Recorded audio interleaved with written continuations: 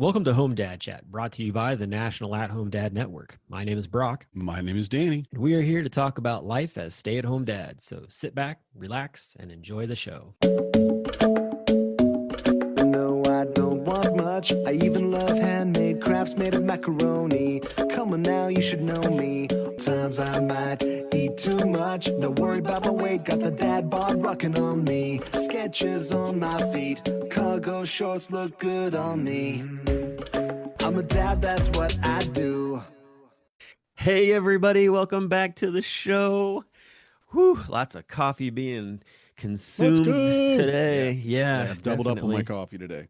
Yeah, mine actually kicked in this morning, one cup only, but that's a rarity in itself. So, Mine kicked but in about halfway through the first one, so I don't know where I'm going to be by the end of this podcast. I'll oh, probably talking so fast you won't be able to okay. understand what I'm saying.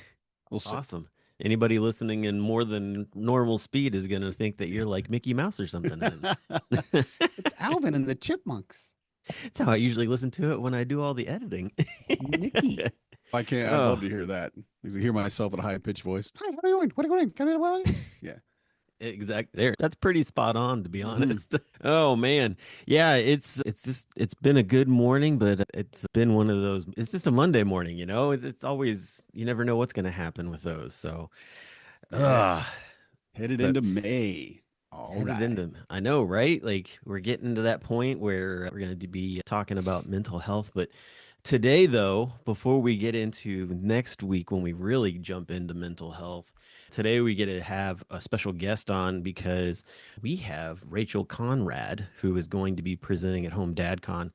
And I wish that I had this woman in my back pocket as a resource when my kids were just a bit younger, because especially with my oldest, he was a handful when it came to trying to get him to eat. It was a constant battle. It's gotten a little bit better, but also too, we didn't know that he was, going through some health things, but I think was connected with it possibly. But regardless of that, there are so many dads in this organization who are constantly talking about, anybody have trouble getting their kid to eat this? Or how do I get my kid to eat it all? Or Hmm. whatever it is. Yeah. And I'm super pumped that we have Rachel not only coming on this show, but also coming to Home Dad Con because her focus on pediatric feeding and also I think it's cool that what she's doing is not only for kids though, but it also is also for adults is the thing that I thought was very interesting in reading her Yes. bio. Yeah. And a lot of what we do, of course, I mean, this being Mental Health Awareness Month, things will focus on ourselves a lot more. But one of the things I think I've never considered until recently was that I might have some issue with eating. And I know I'm an emotional eater, and I made a joke of that. I have a lot of emotions, but that was the truth of it. And I never really thought about it for myself. I always looked at it for my kids. And to hear that Rachel Conrad is living with ARFID now, like as an adult, this is something that she is still, and that makes perfect sense when I say it and when I realize it. But I hadn't thought of that before that. Yeah, I'm thinking of the kids. How do I get my kids to do this? But there are plenty of adults that have that same struggle, and it was really eye opening for me to learn about her. Yeah, and I think that's also very interesting too is the fact that, a lot of times we focus on the fact that, oh, like our kids have this and overlook the fact Yeah, that we also might be dealing with yeah, similar things hmm, because don't forget, folks, they have our DNA. yeah, So more than likely it had to come from somewhere, A parent or B parent, whichever one is how that comes into play. So I think that sometimes, we forget about the science of it all right. and that fact. And so it's nice to sort of take a step back and see the forest and the whole thing and be like, oh, Hmm. okay. Because we look at a lot of times like what our kids do, and you can be like, oh yeah, that's me. That's definitely me. Or that's you. That was you. That looks like your mama. Exactly. Yeah. But I think, being mindful of that, it's very important. And it does fall into the mental health aspect of it because you can kind of go a little bit, crazy for lack of better words in trying to figure some of these things out, especially talking Right. to doctors, Absolutely. because sometimes they can be very frustrating as well. And so it's nice to be able to have these. outside of the hospital box resources to be able Hmm. to talk to. And her like Instagram that, or I don't know if it's actually hers. It's through Feeding Matters. That Instagram page has so many Yep. amazing things in it. I was just like scrolling for quite a while last night, just going through all of the different posts that they have, and they have so much going on there. So yeah, I'm very excited to have Rachel on the show today. It's going to Yep. be, I think it's going to be a really good conversation. One that probably will. It's one of those ones where it's like we have to stop. No, we have to I wait love till too that October to hear more from you. for Feeding Matters, she's their research consortium chair. Okay. I know what those words mean. I get it. I've never seen them in that particular order, but I want to be one now. I want to have that like on a research consortium. I don't know. I'll probably start my own researching rocks in my driveway. Ah, look, I'm the consortium chair because that's just a cool title for me.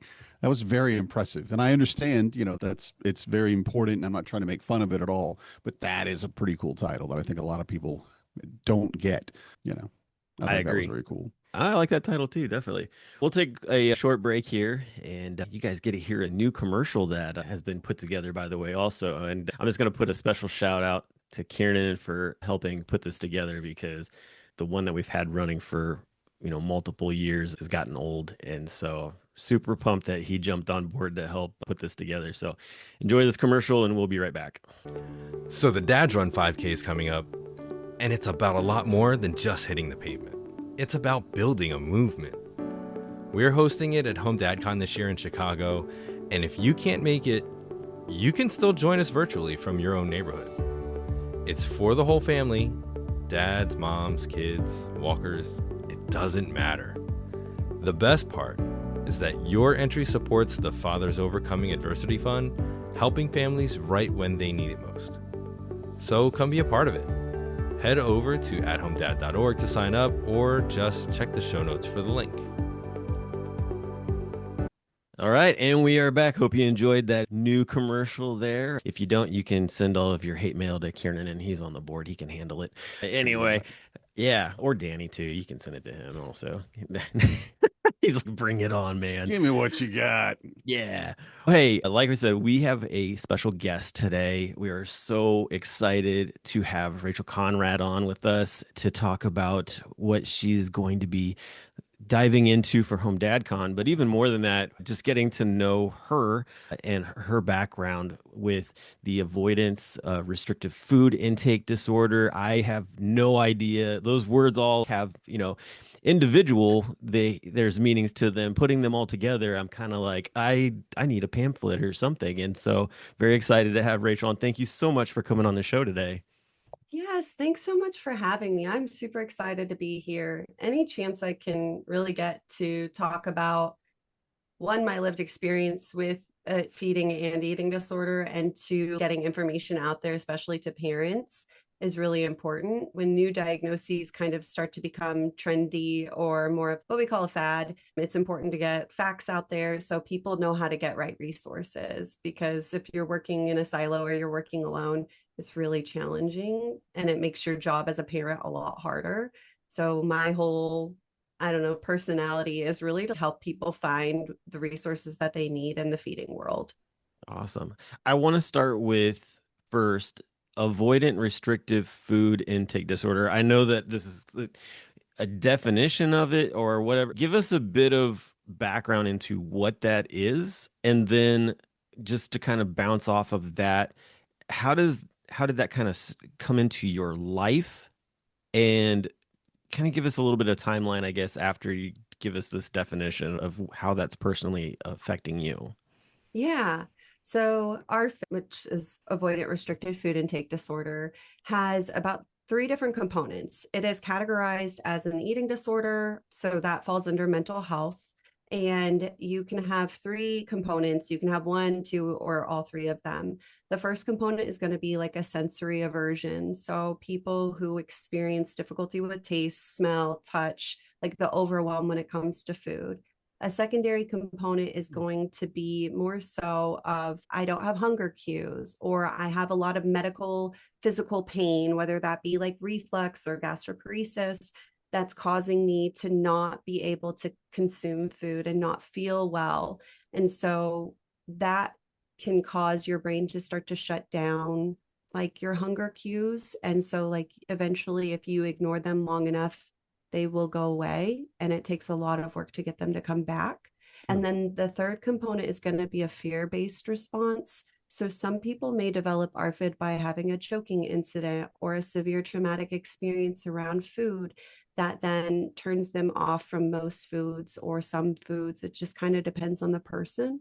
But one of the things about this specific eating disorder is that there is no body weight situation with it. So like, I'm not concerned about the way that I look.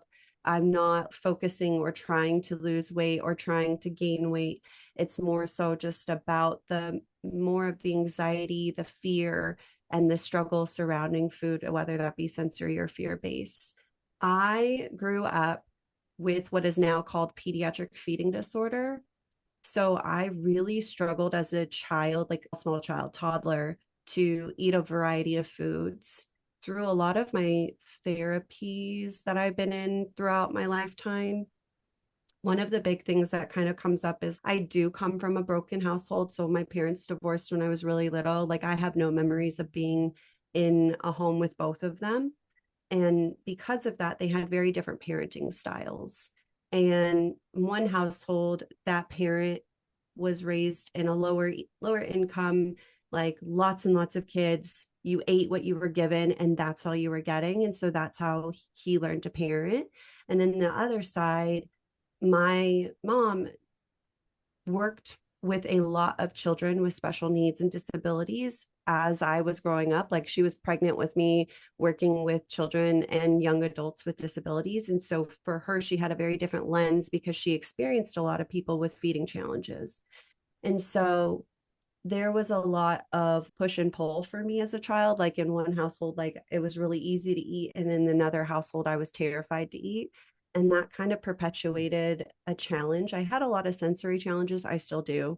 I was a late diagnosed ADHDer, and I have a late diagnosis of OCD as well, which goes hand in hand with ARFID. You see a lot of neurodivergent people and people who have obsessive compulsive disorder who also have ARFID. And it's been a crazy journey, to be really honest. I didn't get my diagnosis until 6 years ago. The official diagnosis of ARFID didn't come out until 2013. And even then, it wasn't really well known. We still, to this day, don't have a great treatment protocol. The best treatment for it right now is cognitive behavioral therapy geared for ARFID. But I can tell you, as somebody who treats and lives with it, it's really not the end all be all. It helps in some cases, but you really do need a multidisciplinary team. Mm-hmm. And I would assume too, it would have to be very personalized. I mean, even more than I think standard therapy. Yes. I've been in therapy for over 30 years, so I've tried them all. Yes, same. And then the thing to understand is that it has to be personal. What works for me may not work for anybody else. DBT and EMDR, as an example, did nothing for my trauma. But I'm a talker, and talk therapy was like, oh, that fixes everything. I feel better now. So I can imagine too, trying to work with someone's child to try to figure out exactly what you can do to help them get past any of those things, especially the negative impact. I mean, imagine, because when I read it originally, I couldn't understand how you can have a negative impact by food. How can you be afraid to eat, right? Because for me, again, very low income, we didn't have enough food. It was absolutely, this is what we're eating, and that's it. And you don't get any more. There is no more, literally. And so it was the opposite for me growing up. I definitely was like, I'll eat anything. I still will. But having a choking incident as an example, and how you could possibly figure out exactly what to teach that, both the parent but the child, about what food really is and how to get them past that. I've got to imagine that takes a lot of time. And like you said, I mean, is it a team thing as well? I mean, you and the parents, of course, but I mean, multidisciplinary? Is that just things that you know, or do you need to bring in other people? Because that sounds very complicated. No, you definitely, anybody that is working with a patient with ARFID has to have a mental health specialist on staff. So because I'm a speech language pathologist, my specialty goes to more of food expansion and making sure our swallow is safe, making sure we have the language to talk about food, especially in our neurodivergent population, because I've really found that people will just dive into food exploration without recognizing that these kids don't know how to talk about what feels good or what feels bad to them, or they don't have the words to talk about textures or tastes or smells. And recognizing too that the way you smell broccoli may be different than the way that I smell broccoli. And Right. so honoring how they talk about it and like kind of I almost build like a dictionary for each of my patients, like what fits them personally, or Yeah. like almost a personal book of some kind, not necessarily a dictionary, but just something that has like what words mean to them and how they describe those things. Because the way that I view something is going to be different from another person, especially if they communicate in a different way. I'd also say too, the primary team that I look for my patients is mental health, it's speech or OT, whichever one, which is occupational therapy, as long as they are like grounded in like responsive feeding therapy, and then dietitian for sure. And then you want a really good doctor who takes the time to listen to the patient, listen to the parents, and be open to the fact that this isn't just going to be a quick fix. It does take a long time. I kind of view it almost as like a similar diagnosis to like cancer in some aspects. Like you're going to ebb and flow. You may go into remission, it may come back. There may be like you may be fully cured. And that's everyone's journey is super unique in that. I live with my ARFID every day. And Right. there are days that are really hard. And there are weeks where like I'm struggling to eat. And then I have weeks where I'm like, I want to try everything. Let's go to this new restaurant. Let's try this. Sometimes when you get to the new restaurant, you're like, I don't want to do this anymore. And like, you're like, I changed my mind. why did I say this? Like, Who would want to do that? yeah. I get It's it. a I have social trap. obligations. I I have know, social but really, obligations all the time that I'm like, why am I here? Why did I say I I know. wanted to do that? Ah, Yeah. Yeah. I was just saying, I love that we're talking about how much of a challenge this is and how complicated it is because as parents, full-time caregivers especially, we're looking at our children and like growing up, all we knew is there you have a picky eater. You know, yeah. they only want this or that. And it's way more complicated for a lot of people. When my child, she grew up with, you know, she was a baby, she had reflux and that was bad. But then I couldn't get her to eat things. I mean, she would eat, and all my kids are over healthy, let's say. They're a little chubby, and I like them that way. But Yeah. I, They she, eat and they feel good in their body. and she eventually figured that out. But I could not understand the thing that got me. I'm like, you'll eat French fries, and you'll eat mashed potatoes, but you won't eat potato soup. I don't understand. This You want to is know why? it's delicious. I figured it was the texture. Well, That's what it seemed to go with her. But French please, yeah. fries, yeah, French fries and mashed potatoes are always consistent, especially if you go to McDonald's. Those French fries always slap. They Oh, are always the same. Mashed potatoes are always going to be, like, depending on how your family makes them, the same consistency. They're never going to change. Potato soup has so much margin for error and it's a mixed consistency. Oh And that's yeah. yeah. it makes life terrifying in some aspects and really I love it. hard. And it really, I love that we're talking about this because again came from a family, you eat what you get. Yeah. And for me, my first impressive step about being a good parent is, like, I'll tell you what, if you don't want what we're eating for dinner, I can make you a sandwich. I Hmm? always had that option on the table, which Yeah. that never would have happened growing up or whatever. And I'm like, yeah, No. I do it. And then my kid told his grandfather, I don't like hamburgers or hot dogs. And it was true at the time. She didn't. And I'm like, oh, this is going to be trouble. This is a staple of the world. Everybody likes hamburger. Everybody likes hot dogs. Come on, every kid likes hot dogs. And that beginning of understanding of one, it's not my child, you know, is awful or weird necessarily, but it's Or being sh- defiant or oh yeah, problematic. she Yeah. needs certain things. It needs to come in a certain way. And I love that That's because I didn't yeah. think about soup being inconsistent, but it absolutely is. And now my mind, I'm like, I want to go to her school and pick her up and go, I'm so sorry. And I understand now why you didn't like potato soup. I brought you My- French fries my as a peace wonderful offering. crock pot potato soup that I would make in the morning. I'd have to worry about dinner, and you just hated it. And I'm sorry. I get it now. So this moment for me has made the show. Thank you. I appreciate it. Yeah, I You was gonna feel like a say better I parent.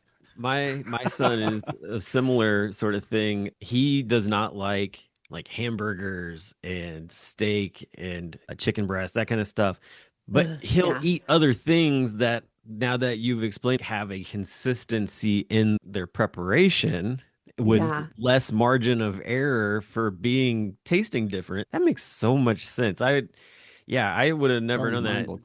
That's Well, that is awesome. one of the things science in the psychology world has really started to look into and talk about, especially in terms of ARFID, is that our brains as human beings, if you believe in evolution, if you believe we've come from Neanderthals or cavemen, any of those lines, that they were stuck in survival mode, right? So they had to be very cautious about what they ate. Fruits and things growing in the ground could have been poisonous for them. Even certain meats, like trying to get them, could get you killed. So it's that thought process of a lot of people will revert back to that. Wow. Of your brain goes into protection mode. This look, this smell, the way that this presents, I'm going to protect my body and I'm going to avoid it at all costs. It's very interesting. These That's chicken here do amazing. not bring any problems into the thing. This is all I'll eat now, child. These nasty Yes. chicken nuggets that I wouldn't feed the dog.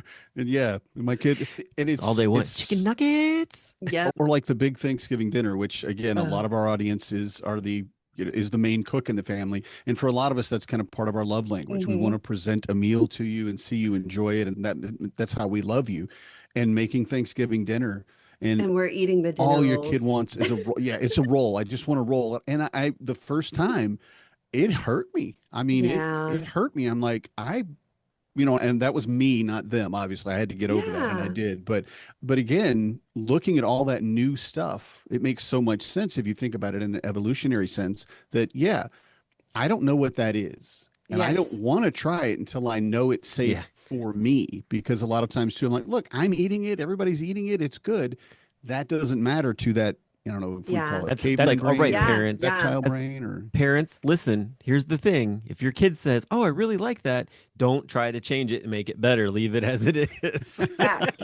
Also, That is- too, sometimes kids will tell you that to make you feel good and they're already masking. So they'll tell you they like it. And then you're like, why Oh. they liked it this day? Why don't they like it the next? And it's no, because they were lying to you to make you feel good. Oh, Like it's wow. crazy Wow. how young we're seeing in the heart. masking. Yeah, but Yeah. it's tough because it's But like, it does make sense though. I'm sorry, you go ahead yeah, about no, masking. you're fine. My partner, hopefully he doesn't listen to this, but he probably will. But sometimes he'll make stuff and I'm like, oh, He will. yeah, it's really good. And then I'm like, oh, I really hope he never makes that again. Like I really want you to think it's good. And we've come so far in our relationship now that I'm like, no, I don't like it. I'm not eating it. And you Mhm. could tell he gets frustrated, but we found a really good way to navigate that. But I wanted to go back to kind of what you were saying about like how it hurts. A lot of times parents are not willing to admit that, and not calling out anyone specifically in my therapy room, but sometimes I'm like, it's okay for your feelings to be hurt over this. It's just not Right. okay for us to blame it Yeah. on the child, blame it on Yeah. the situation. But also, we have to address those hurt feelings because in the future, we want to make sure that if this comes up again, we all have the proper tools, not just the person I'm treating, but the entire team has the proper tools to support the situation moving forward. Nice. So it's okay to have hurt feelings if somebody doesn't like what you make. That's typical human behavior.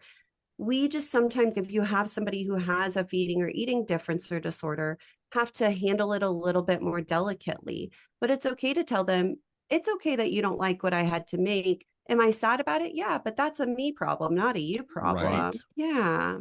Yeah. I like Learning that that. we're not responsible for other people's emotions is Yes. huge. I mean, And because hard. it really is. Because I will say, if you had my form of ADHD, just straight up told my wife, she got me a Christmas present that it wasn't on my list and I didn't like it. I didn't want it. I didn't know why. And I'm like, why would you get me this?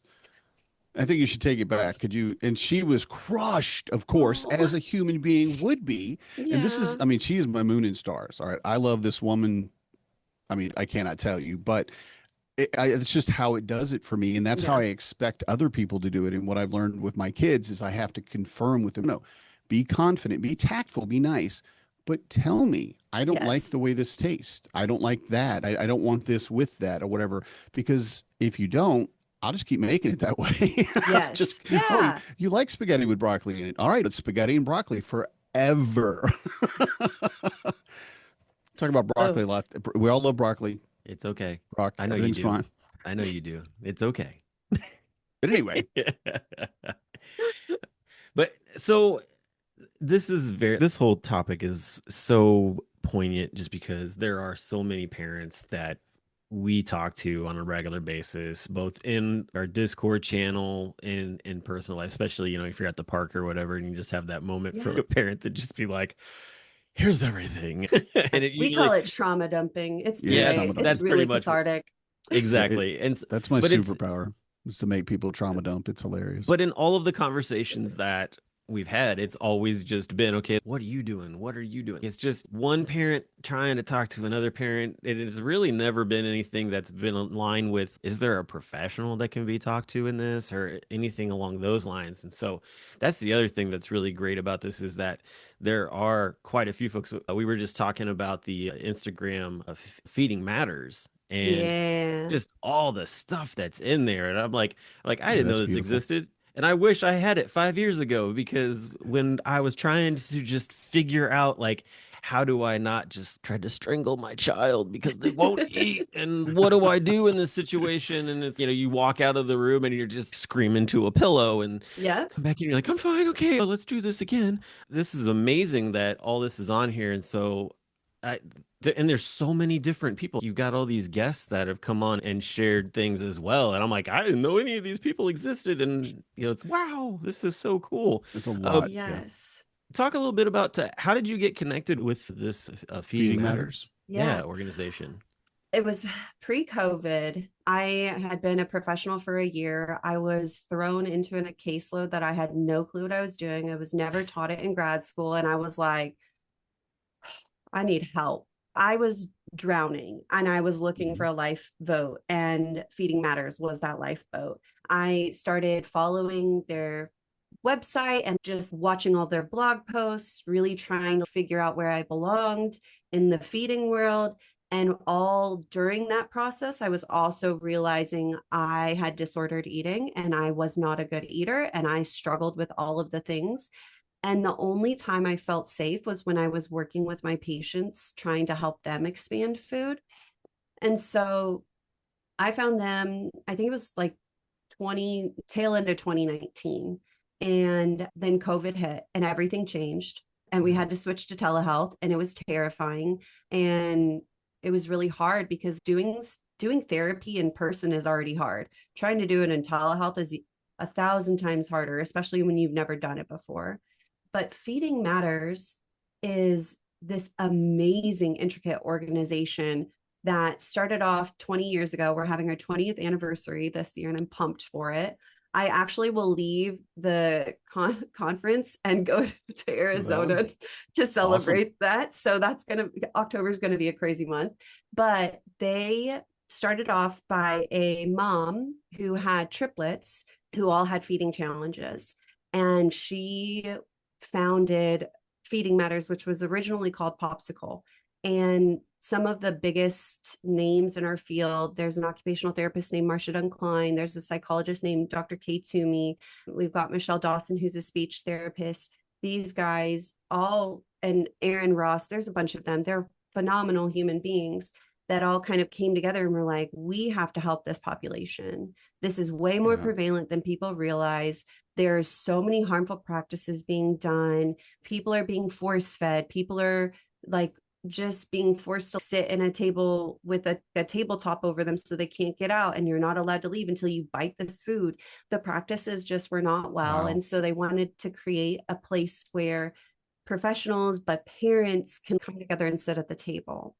And so 3 years ago, they created the Feeding Matters Consortium, which was a group of lived experience who had either lived personally with an eating or feeding disorder, or were a parent or caregiver to someone with a feeding disorder. And I signed up at midnight one night and I was like, I'll do this. This sounds fun. And then I got it.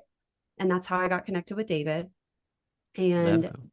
yeah. And it's David Rogers, right? That's who we're talking about here. Schnitzler. Oh, sorry, Yeah. my bad. No, yeah, you're good. David Yes. Case, yeah. So David Schnitzler. Okay, awesome. Yes. Too many Davids I know in Yeah. this. There No, are a it's- lot, and I have to say, so too many of them are involved in planning. Yeah, should start, or involved okay? with just amazing people. Hey, every year for the convention, it's like, hey, we need speakers. Oh, I know this person. I know that person. Yeah. Anyway, Yes. Who is before it? you were so rudely interrupted. No, Sorry. it's okay. No. And so we started the consortium, and the consortium really is the true embodiment of professionals and caregivers and lived experiences sitting at a table together and having an open dialogue, and like not worrying about hurting feelings, not worrying about coming across as difficult or problematic, or like when you're just trying to be an advocate for your kid or for yourself. And so we have published a research paper Nice. and talked about what we want the field of feeding to study. But beyond that, Feeding Matters has so much more. They have a provider portal where you can go and look for providers, but they also have this program called the Power of Two. So if you are experiencing as a parent or a caregiver a challenge in the feeding world with your child, you can sign up for this and be matched with another parent. So it's a less lonely. It's still lonely. It's still hard. Sounds but like a it- take a it gives village type you- of situation. Though. Yeah, absolutely. And so when you get connected with other parents or caregivers who are going through a similar journey, it just gives you some more comfort and a place to bounce ideas off of. But they Yeah. host 2 conferences every year. They do one that's focused just on feeding in general, and then one that's more of an eating psychology summit where it's more psychology focused. And they really just want to make it accessible for parents and caregivers to be able to have the latest research, but also to be a part of research and really drive research, because Yeah, that's where research should be, is with the lived experience.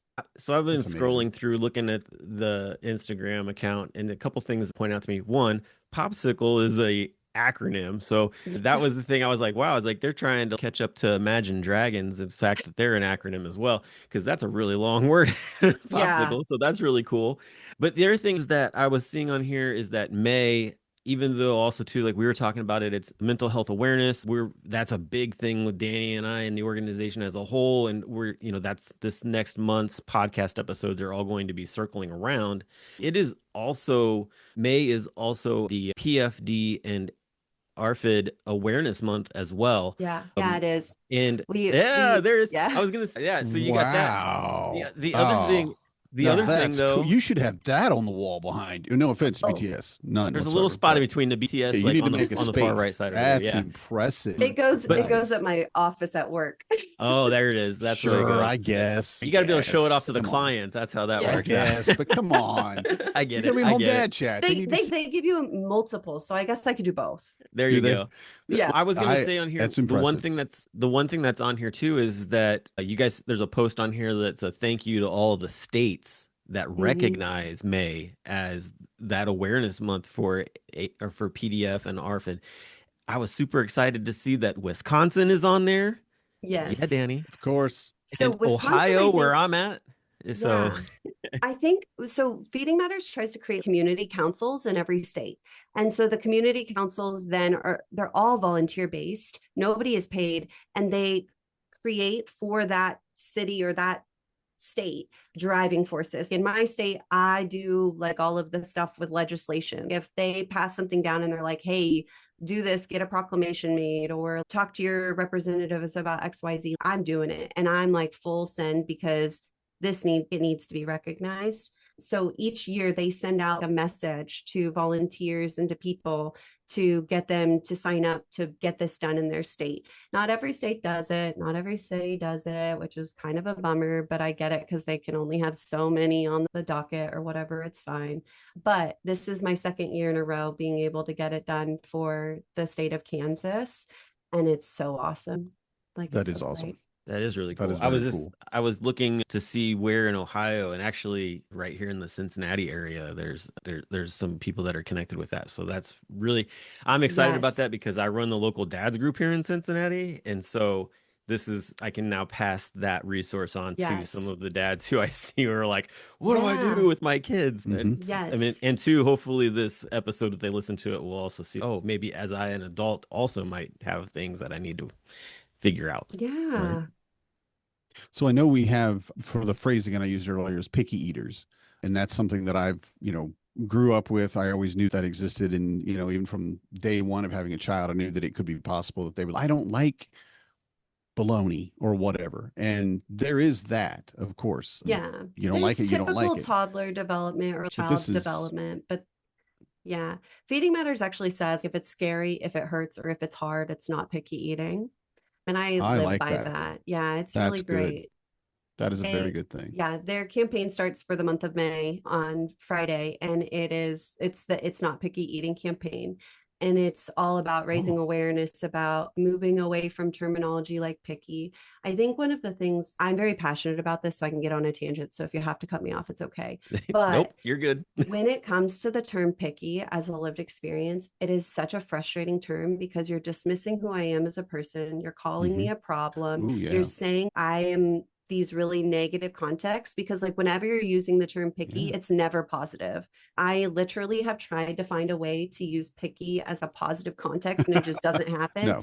And it's really funny that you're talking about it today because I made a post about it yesterday and I'm like, stop using the word picky Mhm. because I'm so tired of being called it. It was called that my whole life and it made doctors dismiss me. It made them go, your weight is Yeah. fine. But I was living off ramen noodles for 6 years. That is Yeah. all I ate. That was all I could eat.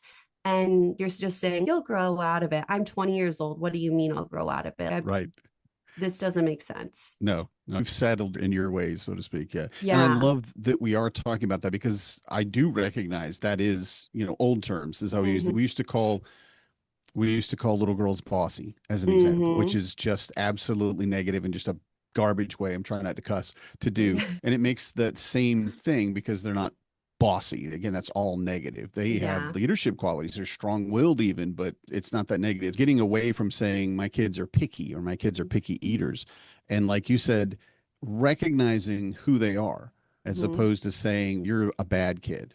Yeah. You're doing bad things. That's Well, amazing. and you don't even recognize how much a child growing up with a difference from other people, whether it be a physical difference, a mental health difference, regardless of what it is, they internalize so much. And sometimes we don't even recognize it until they become an adult and they're like, why am I so hypercritical of myself? Or why do I think, for me, one of the hardest things that I'm working on is like, I will be talking about myself and I'll be like, yeah, my brain is just so stupid.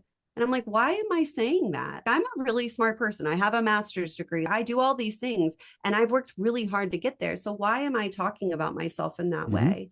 And so it's a really big shift and it's hard to do, mind you. We as a society get really hooked on words and like professionals know that's what brings people in the door.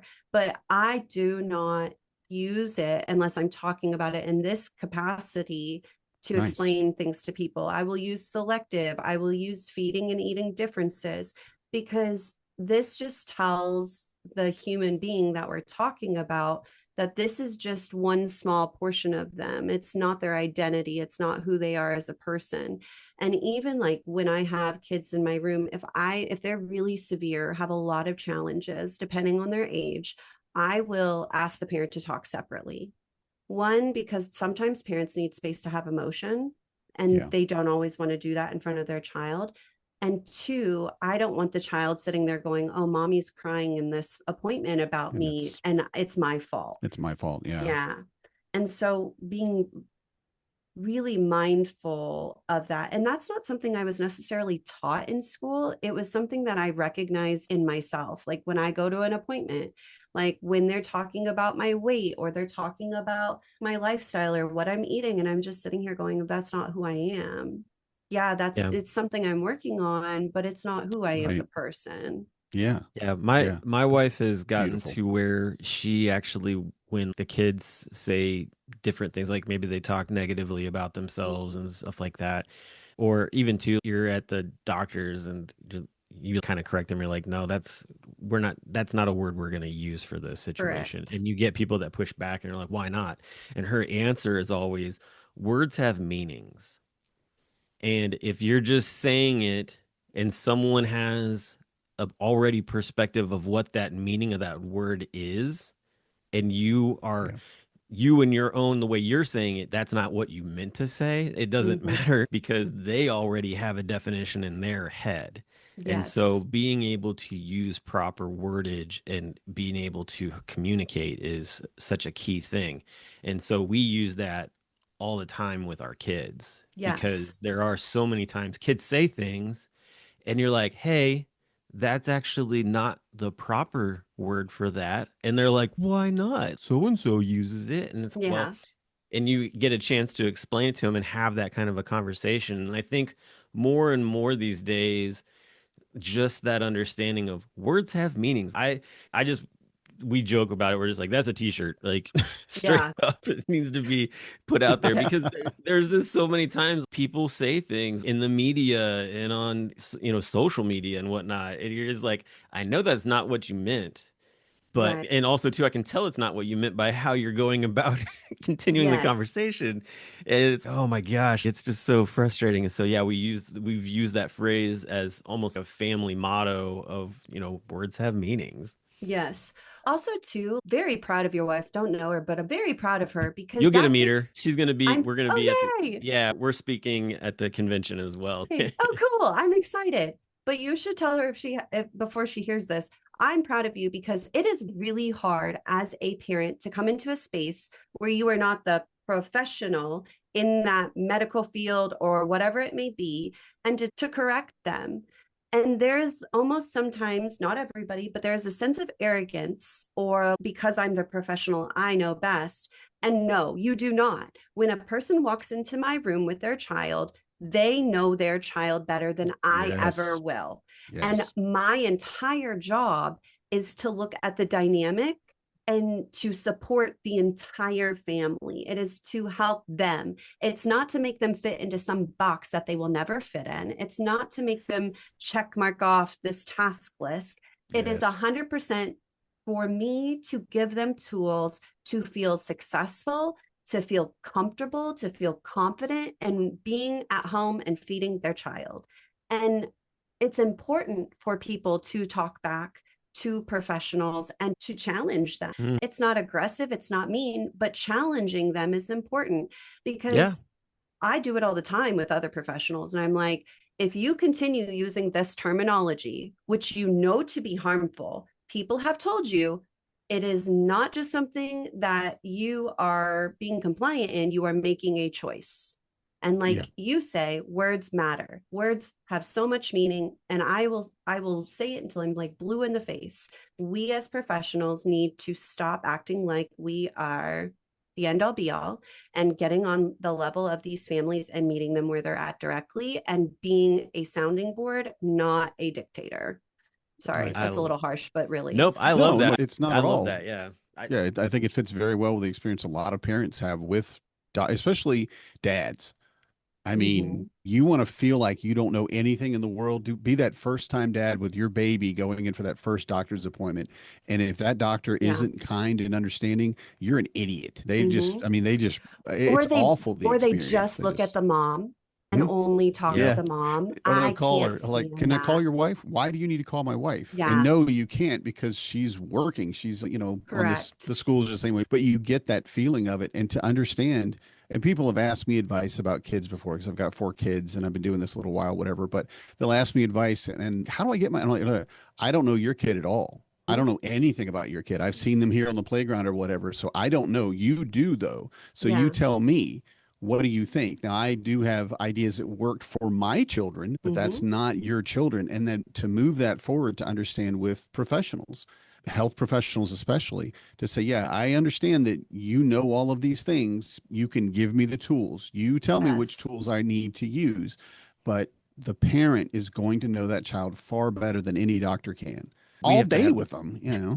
whenever my wife and I take our oldest in who has rare autoimmune disease and it's like the first time they're communicating with a new doctor or whatever, we always say, hey, listen, we get it. You're a professional in medical field and that sort of thing, but we're gonna tell you right now, we know more about this kid and what they're going through than you've had a chance to research in this Right. situation. Mhm. Let me tell you all this stuff. And also too, just keep an open mind and be ready to think outside of the box because Yep. he is not going to fit into any mold that you have ever seen for a patient.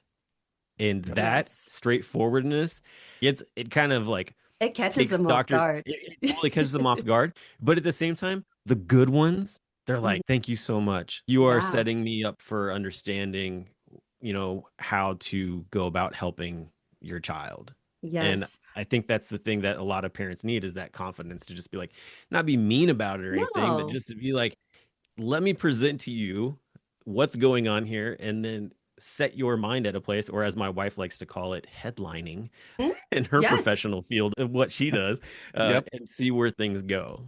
Yeah. I always try to start off sessions, especially if I have a complex case coming in, by telling the parent or the caregiver, listen, my job is not to know everything. It is to take what I see in front of me. And if I see something where I'm like, I'm not sure, I'm going to tell you, you're going to know. And I'm going to let you know I do everything in my possible ability to research it, to find information about it. I'll go to a conference with you if I need to. It's important for us to be, in my opinion, level the playing field. But in all honesty, parents and the lived experience should be a little bit higher. Just in my personal opinion, other people may disagree with that. I think it's important for everybody to be sitting at the same table. But when you have the information that you have as a parent, a caregiver, or the person living it, you are so intricately and delicately in touch with whatever you're going through. And unless the person that's treating you has the exact same condition with the exact same symptoms, you're not going to know as much as they are. You Right. have a very small window of knowledge. And so it's important for us as professionals to be understanding of that, and to recognize that what we learn in a book and in a classroom is not everything. And it's not how to treat a whole person. Yeah, so true. Yeah. Definitely. Rachel, thank you so much for coming on the show and talking with us.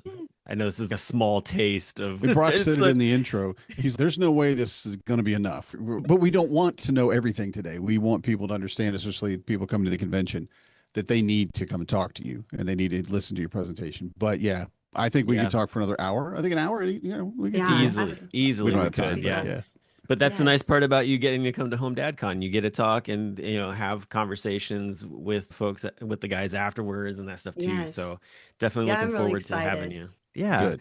Thank you so much, like I said, coming on, for just the information that you shared with us. And I know Danny and I are probably both in the same boat on this. We're really looking forward to hearing more of what you have to share.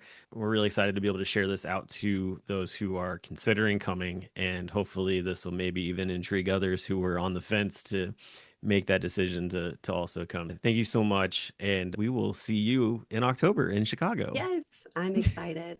It'll be All great. right. Good night, everybody. I'm a dad, that's what I do.